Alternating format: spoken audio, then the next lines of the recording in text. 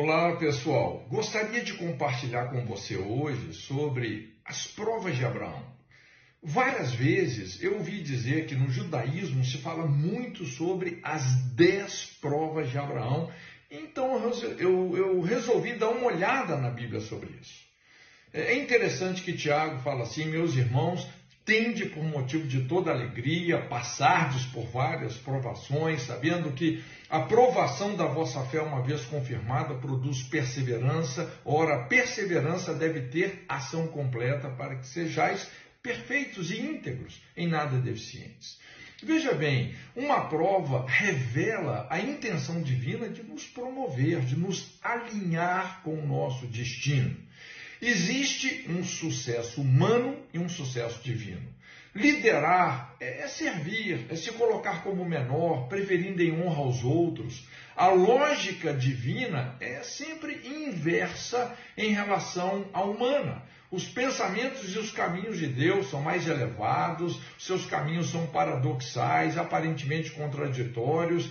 Por isso que é interessante, toda receita de sucesso é um fardo, mas nós podemos dizer que a vida é resultado de como respondemos às provas. Sucesso está mais ligado à formação do caráter do que aos resultados numéricos obtidos. Sucesso é quando Deus multiplica aquilo que Ele mesmo aperfeiçoou. É interessante que Abraão saiu para o seu chamado com uma promessa, e a promessa carrega a essência do seu propósito.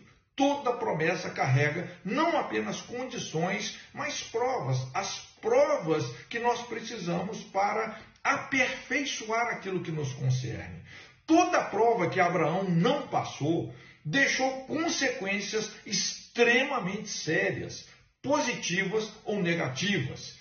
Então, veja bem, esse não é apenas um joguinho. As consequências das escolhas de Abraão afetam o mundo e principalmente os crentes até hoje. A atual guerra travada ali no Oriente Médio é, no fundo, uma consequência das escolhas erradas de Abraão. A principal maneira de avaliar a trajetória de um líder é examinando como ele lidou com as provas. E eu gostaria de compartilhar com você a primeira prova que eu enxerguei, que é a prova da emancipação, aqui no contexto da vida de Abraão. Lá em Gênesis 12, de 1 a 3, a Bíblia fala: sai da tua terra, da tua parentela, da casa do seu pai, vai para a terra que te mostrarei. De ti farei uma grande nação e te abençoarei, te engrandecerei o nome, se tu uma bênção. Então, veja bem, é você ir para o lugar mostrado por Deus. Quando Abraão obedeceu e foi, Deus apareceu para ele lá, nesse lugar, em Betel, o lugar do primeiro altar. Quando você obedece, se desloca em relação a uma emancipação, Deus se revela. Você precisa crescer, ter convicção própria, ouvir a voz de Deus, não apenas crer em Deus devido a uma tradição familiar ou a uma tradição eclesiástica. Para isso é preciso emancipação, sair da sombra, vencer a comodidade da dependência de outros. A tradição familiar, a tradição eclesiástica é boa, mas muitas vezes atrapalha mais que ajuda. Alguns esquemas de tradição podem se tornar aprisionantes.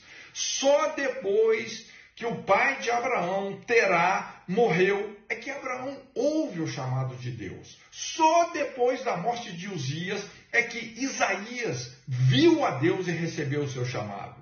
Lembra quando Jesus, em Betsaida, tirou o cego da aldeia para curá-lo? A Bíblia fala assim, que Jesus, tomando lá o cego pela mão, levou para fora da aldeia, colocou saliva nos olhos, impôs as mãos e perguntou para ele se ele estava vendo alguma coisa. E a Bíblia fala assim, que ele, recobrando a vista, respondeu: vejo os homens, porque como árvores os vejo. E novamente Jesus impôs as mãos sobre ele, e ele viu então claramente, ficou restabelecido. E Jesus dá uma ordem, dizendo: não entres na aldeia. Isso está lá em Marcos 8, 23 a 26. O que isso quer dizer? Para Deus mudar você, Ele precisa de mudar a sua cosmovisão, mudar o seu sistema de crenças. E para Deus mudar o seu sistema de crenças, Ele precisa de tirar você, muitas vezes, da sua gaiola cultural. Uma crença tem o poder de viciar nossa maneira de interpretar a realidade. Hoje, inclusive, assim, eu vejo líderes de denominações históricas indo muito além do que os seus antecessores foram, exatamente porque romperam esses limites, saíram da sombra das tradições. Então Deus quer nos levar para um lugar diferente do lugar até onde Ele levou os nossos pais, os nossos líderes, mantendo uma profunda atitude de honra e gratidão por eles, obviamente. Então Jesus disse: fareis as obras que eu faço e maiores ainda. É interessante que nessa prova da emancipação, Abraão passou. Pense sobre isso. Deus te abençoe.